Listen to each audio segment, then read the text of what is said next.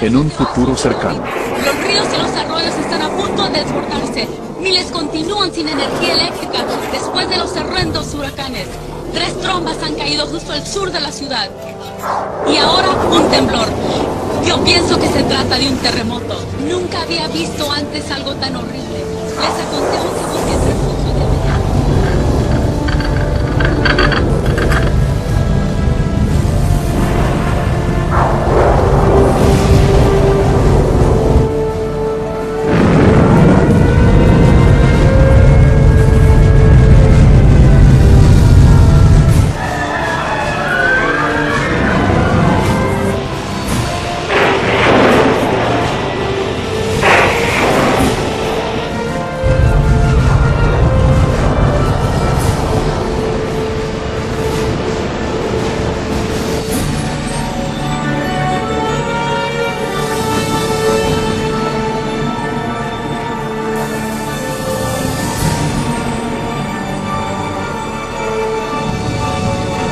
Oye, mami, Él es Jesús.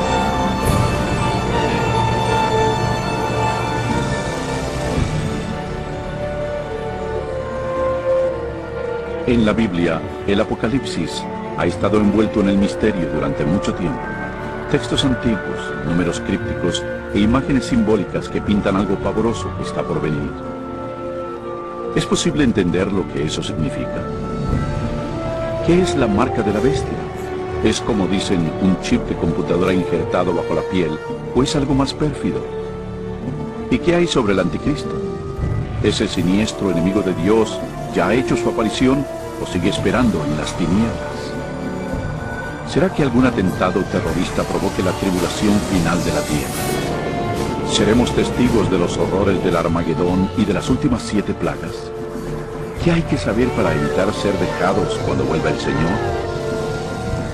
Reconoceremos los últimos días y sabremos qué esperar.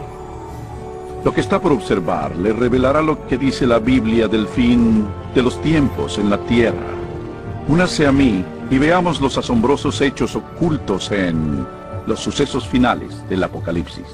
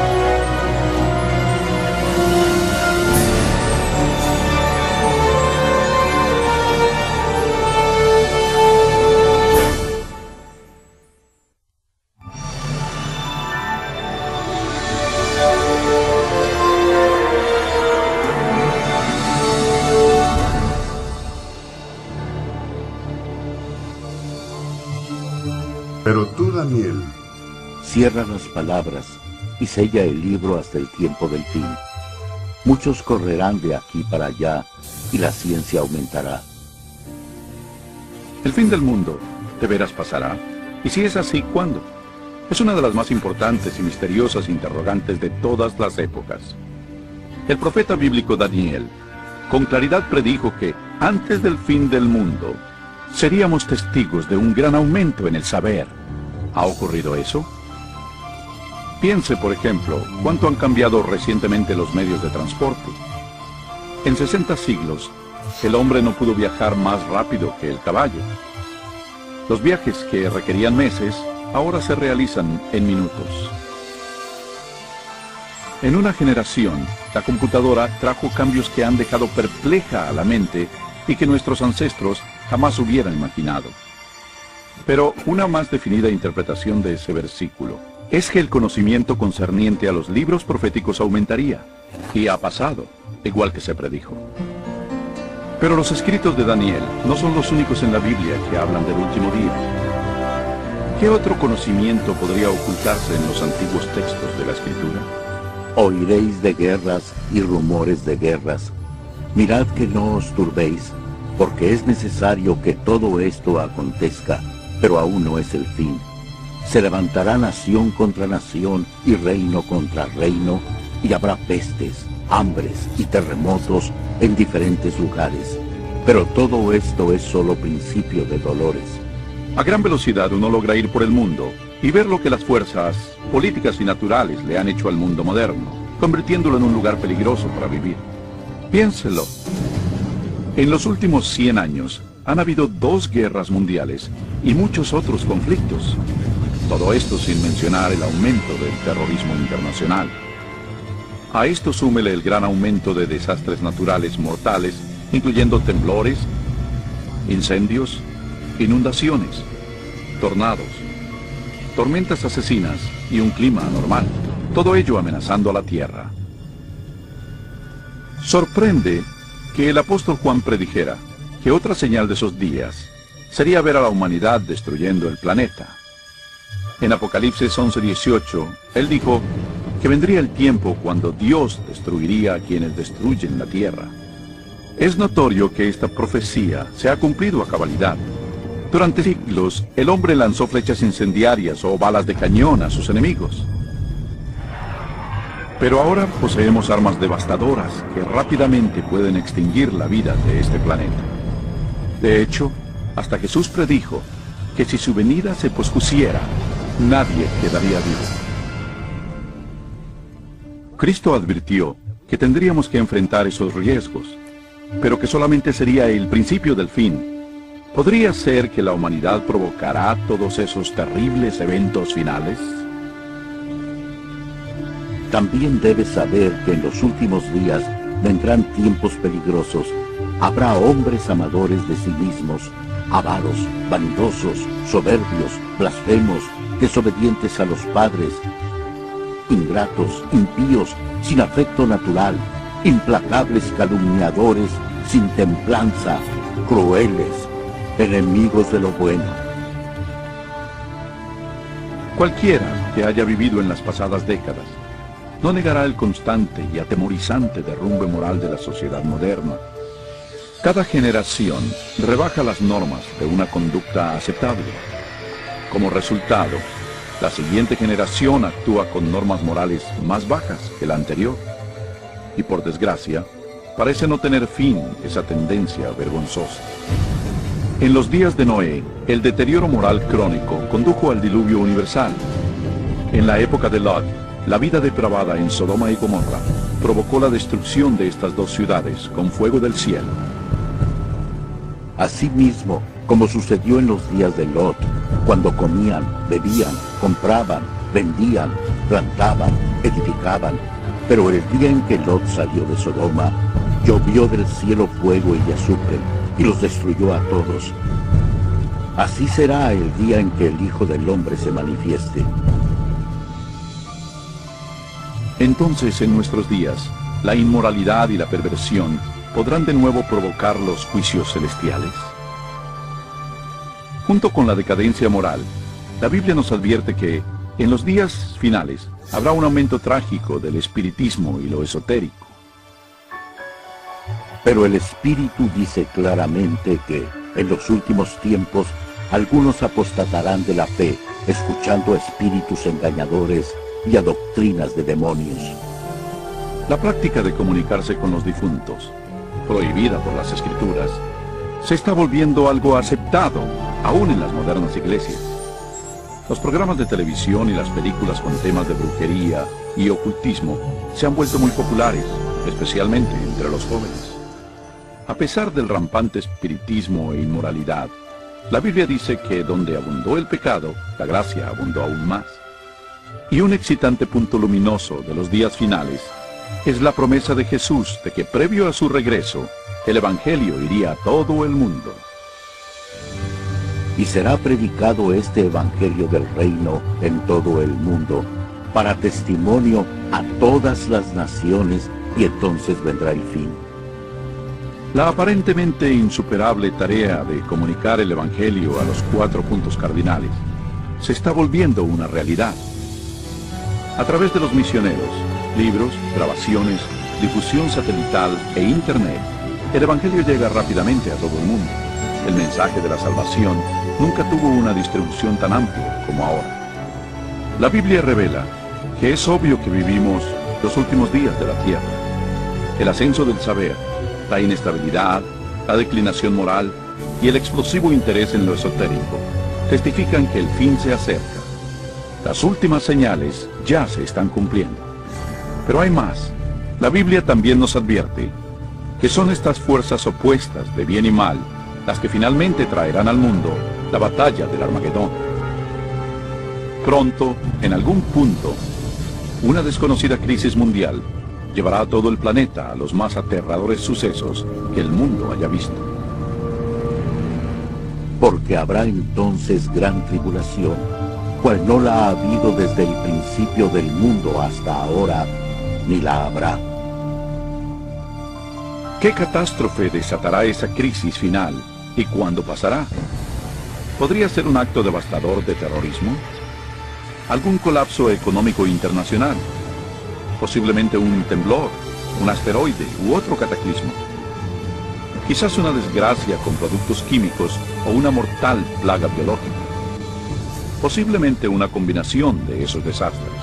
Pero aunque la Biblia no revela con exactitud ese suceso, sí revela las dramáticas escenas que le seguirán. Aprenderá en nuestra siguiente sección mucho más de estos insólitos eventos, algo aterrador que inclusive la mayoría de los cristianos no están preparados para enfrentar.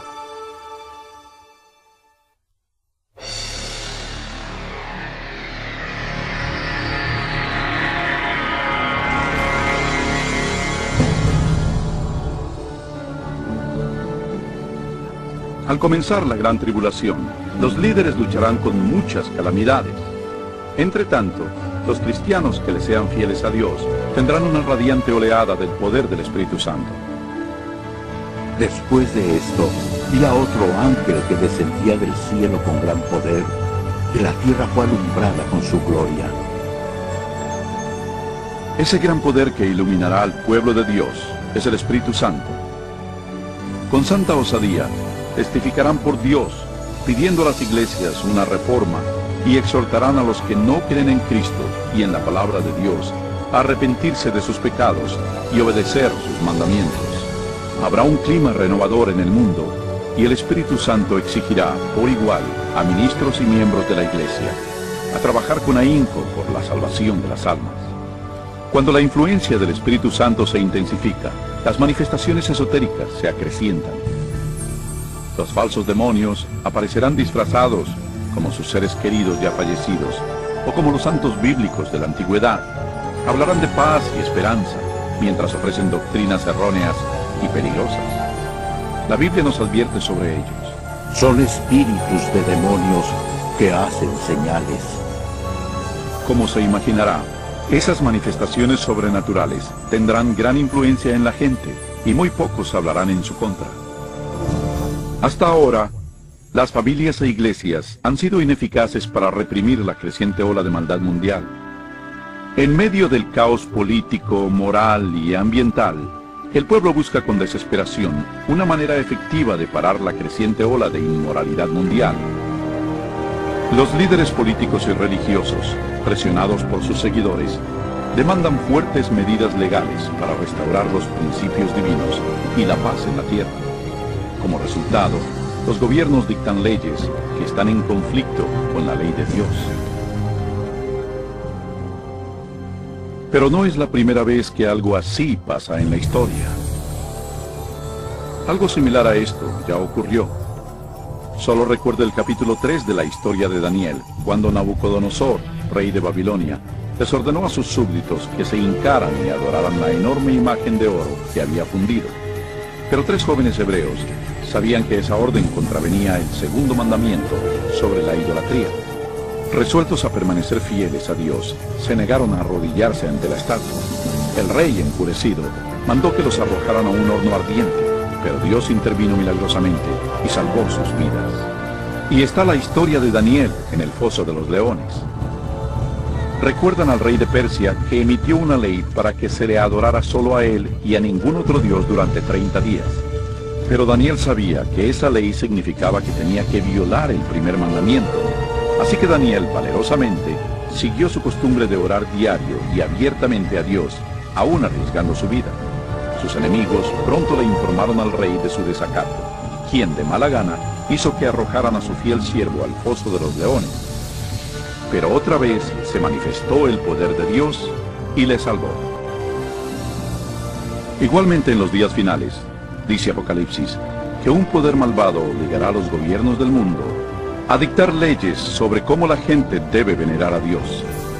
Estas leyes, en apariencia, promoverán la moralidad, pero en realidad prepararán al mundo para que acepte la marca de la bestia y al anticristo.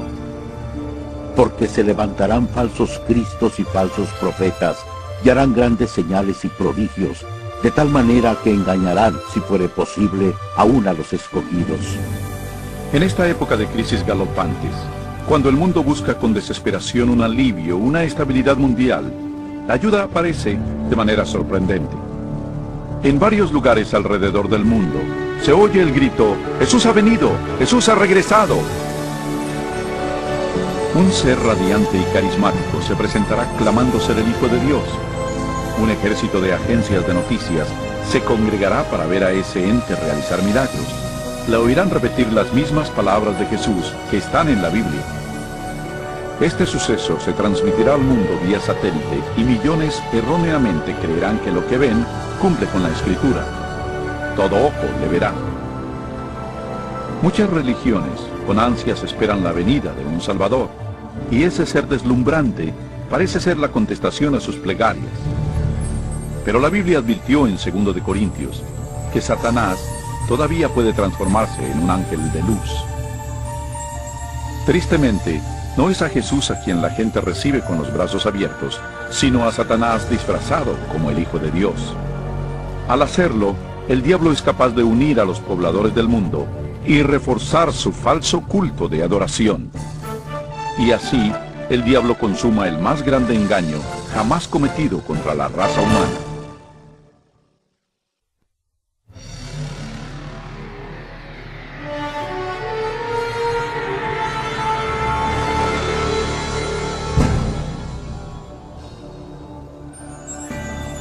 Los engaños de Satanás son una poderosa fuerza motivadora en el mundo. La mayoría de los líderes espirituales aceptan al gran impostor, así como al falso culto que promueve. Se multiplicarán las calamidades, y los líderes de la iglesia creerán que no hay tiempo que perder, y que hay que adherirse a las doctrinas de ese falso Mesías. Aquí está la perseverancia de los santos, los que guardan los mandamientos de Dios y la fe de Jesús. No todos son engañados. Unos cuantos se dan cuenta de que la Biblia advirtió sobre esa mentira y saben que la finalidad de ese falso Mesías es alejar al pueblo de los mandamientos de Dios. Pero esa no es la primera vez que Satanás se aparece como un ángel de luz.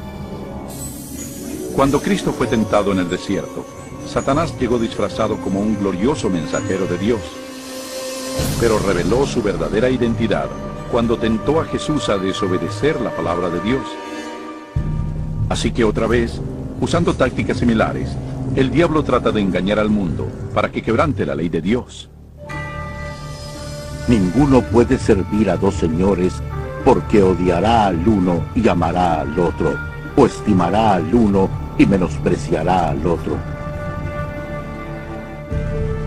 El mundo está siendo llevado a una época de decisión. El falso Cristo y la lucha mundial lo están polarizando en dos grupos: aquellos que siguen la Biblia y aquellos que siguen a la bestia.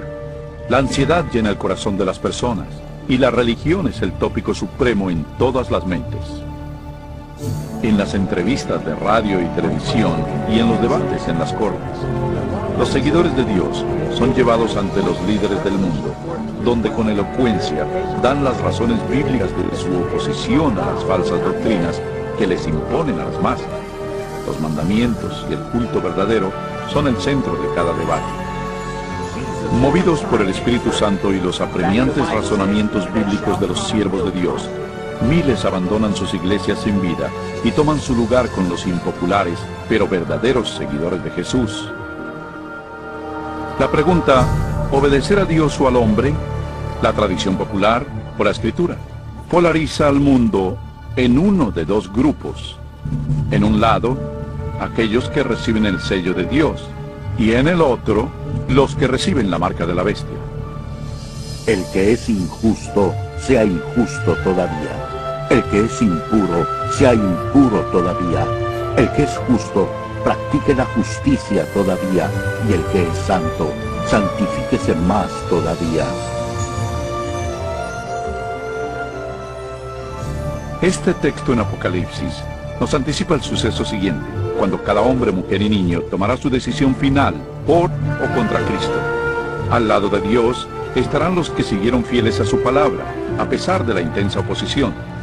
En el otro estarán aquellos que abrazaron la religión del hombre. Igual que fue sellada la puerta del arca de Noé antes del diluvio, la puerta de la misericordia se cerrará para el mundo y la gracia de Dios no caerá sobre el perdido.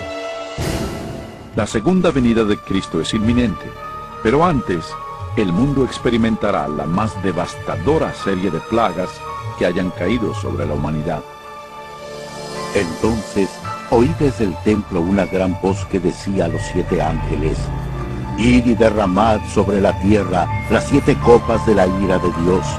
Fue el primero y derramó su copa sobre la tierra, y vino una úlcera maligna y pestilente sobre los hombres que tenían la marca de la bestia y que adoraban su imagen.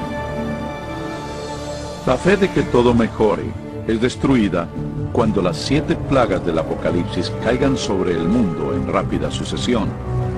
Serán los más horribles flagelos jamás vistos o que jamás se verán. La primera plaga es en extremo dolorosa y horrible, ya que brotará y le causará agudos dolores al perdido. Rápidamente le seguirán 6 plagas más. Se convertirá en sangre el agua del mar y los ríos. El sol calcinará a los hombres con un calor intenso. Plaga tras plaga caerá, y el terror reinará en los pueblos del mundo víctimas del pánico. Durante esos días, algunos de los que se salvaron se refugiarán en sitios desolados y remotos y serán protegidos y abastecidos por los ángeles de Dios. Otros serán confinados en cárceles solitarias. Los olvidados por la humanidad no lo serán por Dios. Los que le sean fieles serán protegidos de las plagas, como los niños de Israel lo fueron durante las plagas de Egipto. Los creyentes pasarán por una época de temor y búsqueda del alma.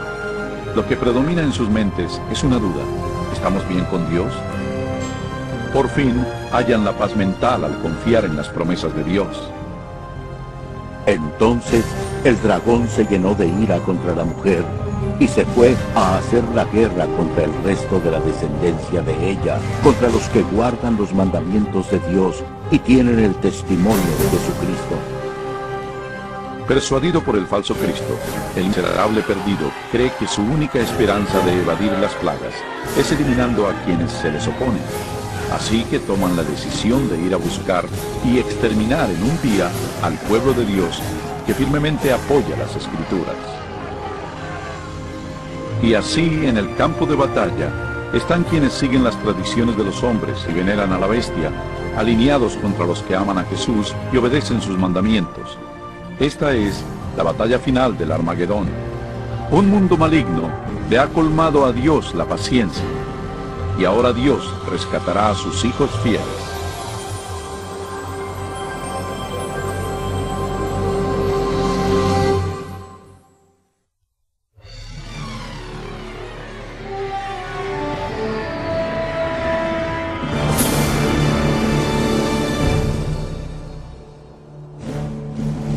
Y a la medianoche se oyó un clamor: «Aquí viene el novio, salid a recibirlo». Al caer la oscuridad, la tan anhelada esperanza se convierte en una realidad. La imponente voz de Dios se escucha al decir: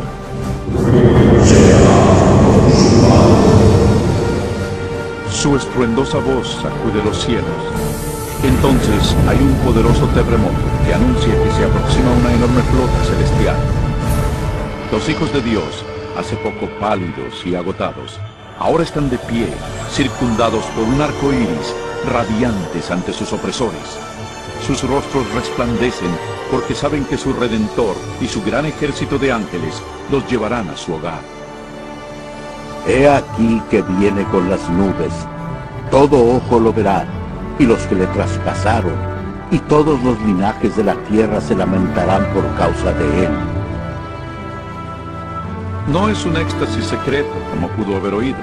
Cada persona en el planeta Tierra atestigua este maravilloso evento, y muchos están aterrados por él. Los malvados huyen desesperados hacia las peñas y cuevas, tratando en vano de ocultarse del sacro rey que se aproxima. Y como lo prometió Jesús, los malvados que fueron importantes en su juicio y crucifixión, se erguirán en sus tumbas para verlos llegar en las nubes de gloria. El Señor mismo, con voz de mando, con voz de arcángel y con trompeta de Dios, descenderá del cielo. Entonces los muertos en Cristo resucitarán primero. El fuerte sonido de una trompeta se oye en los cielos, y la potente voz del Salvador llama a los santos de todas las generaciones, diciendo: «Despertad, despertad, despertad, los que dormís en el polvo, y levantad». En todos los confines de la tierra, un gran ejército de santos se levanta de sus lechos polvorientos. Ahora lucen cuerpos lozanos, glorificados e inmortales, sin rastro de enfermedad o deformidades. Los que vivieron durante las tribulaciones también son transformados. En un instante se les dieron cuerpos nuevos, bellos e inmortales. Los malvados ven aterrados y con angustia el increíble espectáculo. Luego nosotros, los que vivimos, los que hayamos quedado, seremos arrebatados juntamente con ellos en las nubes para recibir al Señor en el aire, y así estaremos siempre con el Señor.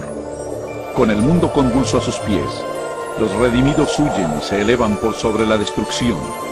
Vuelan para reunirse con su Salvador entre nubes de ángeles. La tristeza, el pecado y el sufrimiento han quedado atrás para siempre. El velo que los separaba de su Señor fue removido para siempre, y ellos ven a su Dios y a sus ángeles celestiales frente a frente. Yacerán los muertos de Jehová en aquel día, desde un extremo de la tierra hasta el otro. No se hará lamentación, ni se recogerán, ni serán enterrados, sino que como estiércol quedarán sobre la faz de la tierra. Durante la segunda venida, el caos reina en el planeta. Entre el remolino de demonios y sus alaridos, los terremotos, los océanos hirvientes, el hundimiento de las islas y las nubes negras que abollan la tierra con sus gigantescos granizos. Los malvados que lograron sobrevivir a esas catástrofes pronto son destruidos por la luminosa presencia del Señor. Sus cadáveres yacen esparcidos por el desolado planeta. Por primera vez desde la creación, la Tierra está libre por completo de vida humana.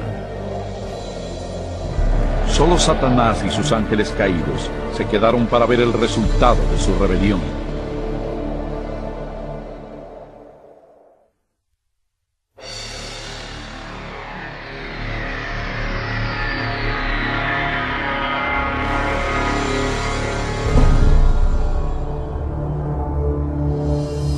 Vi un ángel que descendía del cielo con la llave del abismo y una gran cadena en la mano. Prendió al dragón, la serpiente antigua, que es el diablo y Satanás, y lo ató por 1000 años. Rodeados por el mundo que arruinaron, Satanás y sus ángeles se ven a sí mismos confinados en la tierra por 1000 años. Están presos en este oscuro, desolado y abismal planeta. Acompañado solo por sus demonios, Satanás deberá esperar y meditar sobre su futuro castigo. Por todos lados ve ciudades derruidas, bosques quemados y osamentas. El terrible resultado de su guerra contra el cielo. Confinado en un enorme abismo, sin nadie a quien tentar o manipular, es totalmente miserable.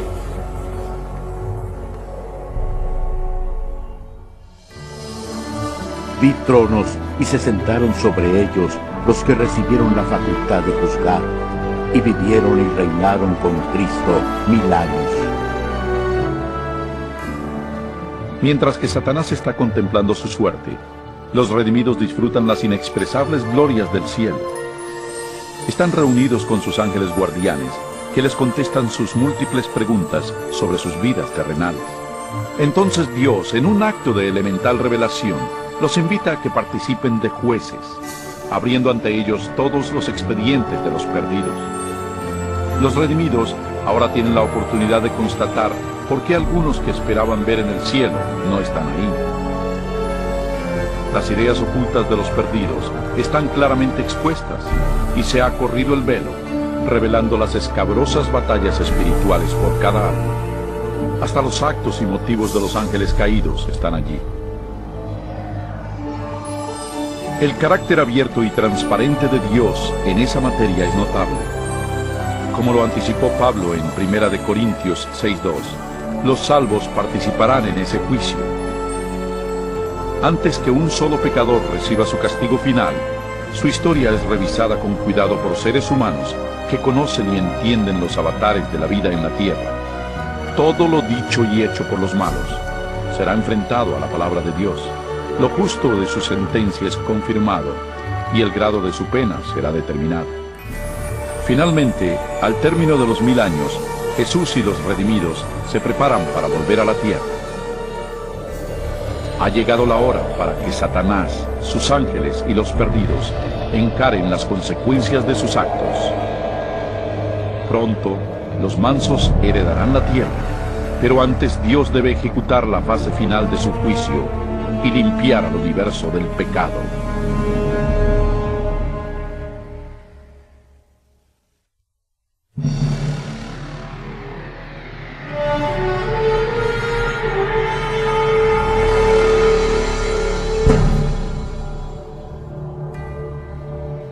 Y yo, Juan, vi la santa ciudad, la nueva Jerusalén, descender del cielo de parte de Dios, ataviada como una esposa hermoseada para su esposo.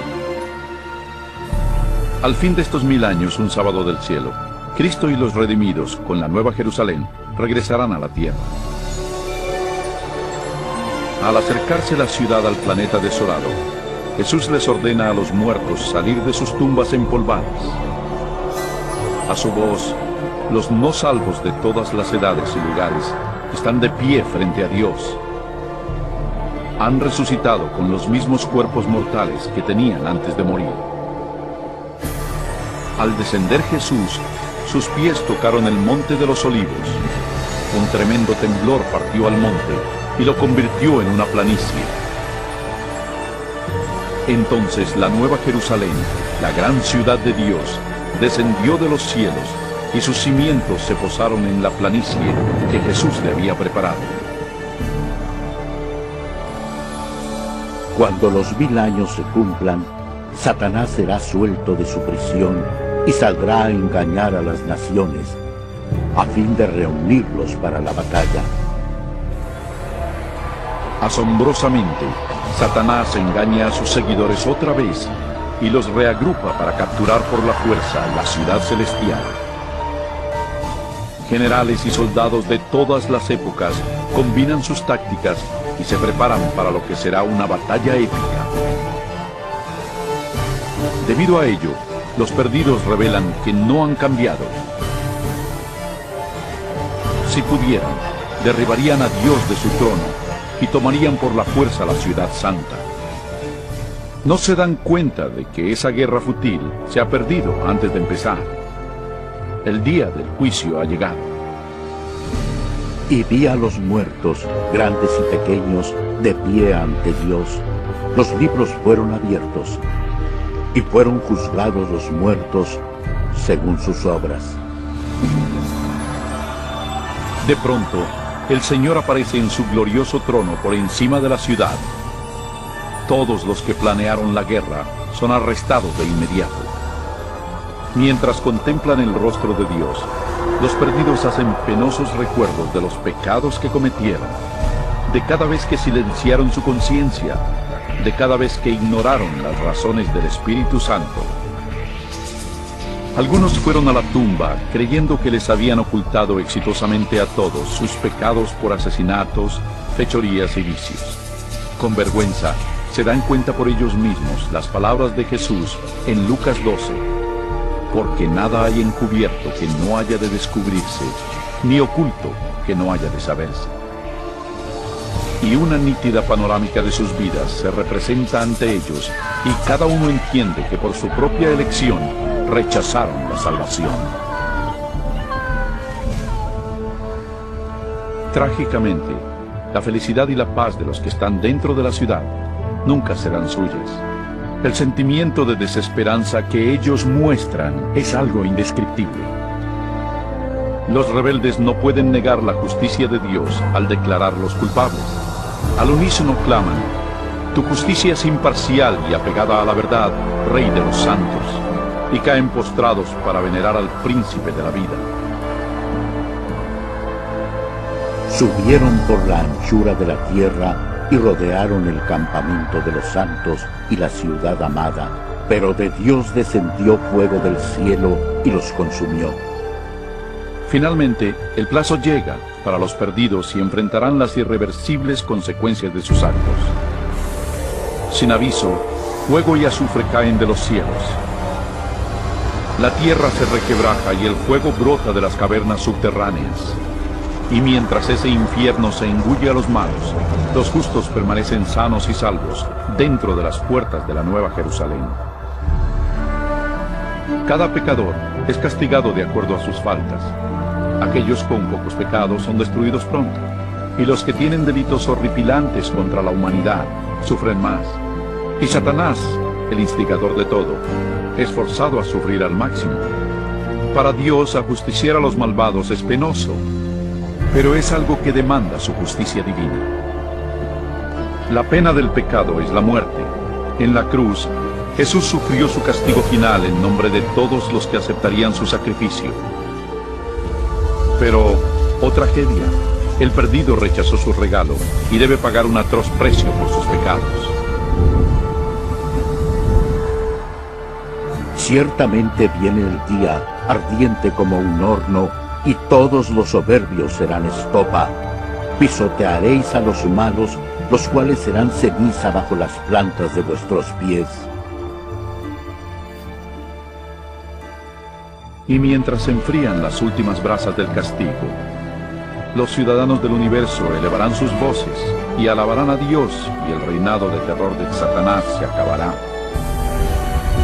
Con la paz en el cosmos, eterna y segura, Dios se abocará a la creación de un nuevo cielo y una nueva tierra.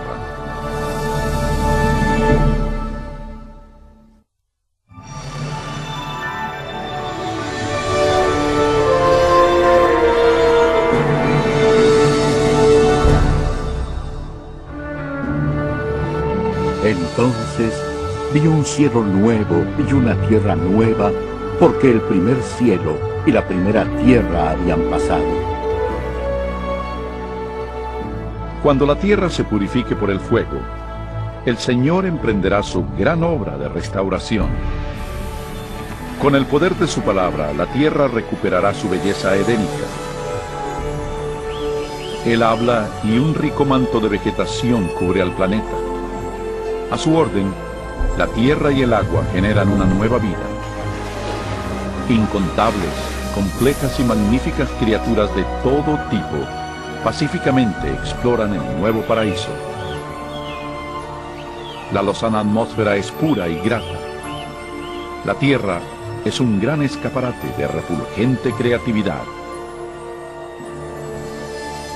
Enjugará Dios toda lágrima de los ojos de ellos, y ya no habrá más muerte, ni habrá más llanto, ni clamor, ni dolor, porque las primeras cosas ya pasaron. La seguridad del universo es perfecta. Con la Nueva Jerusalén como su capital, todas las criaturas se regocijan bajo la amorosa soberanía de Dios. Los rescatados de la destrucción eterna tienen un vínculo especial con su Creador que ningún otro ser celestial puede evaluar. Aunque el pecado y el pecador han sido destruidos para siempre, queda un vestigio de la gran rebelión. ¿Qué le pasó a tu mano?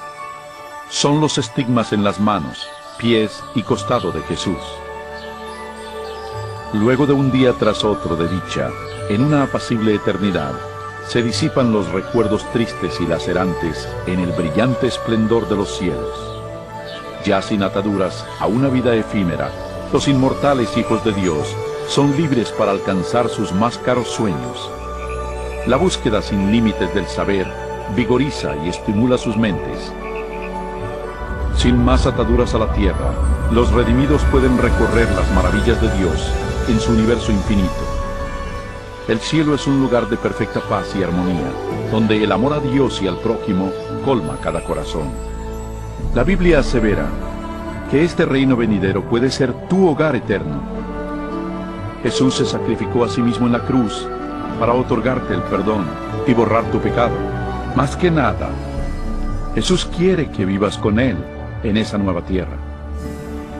Y aunque Él está ansioso por salvarte, no te obligará a recibir este regalo por la fuerza. Debes elegir aceptarlo por ti mismo. ¿Quieres venir a Él hoy?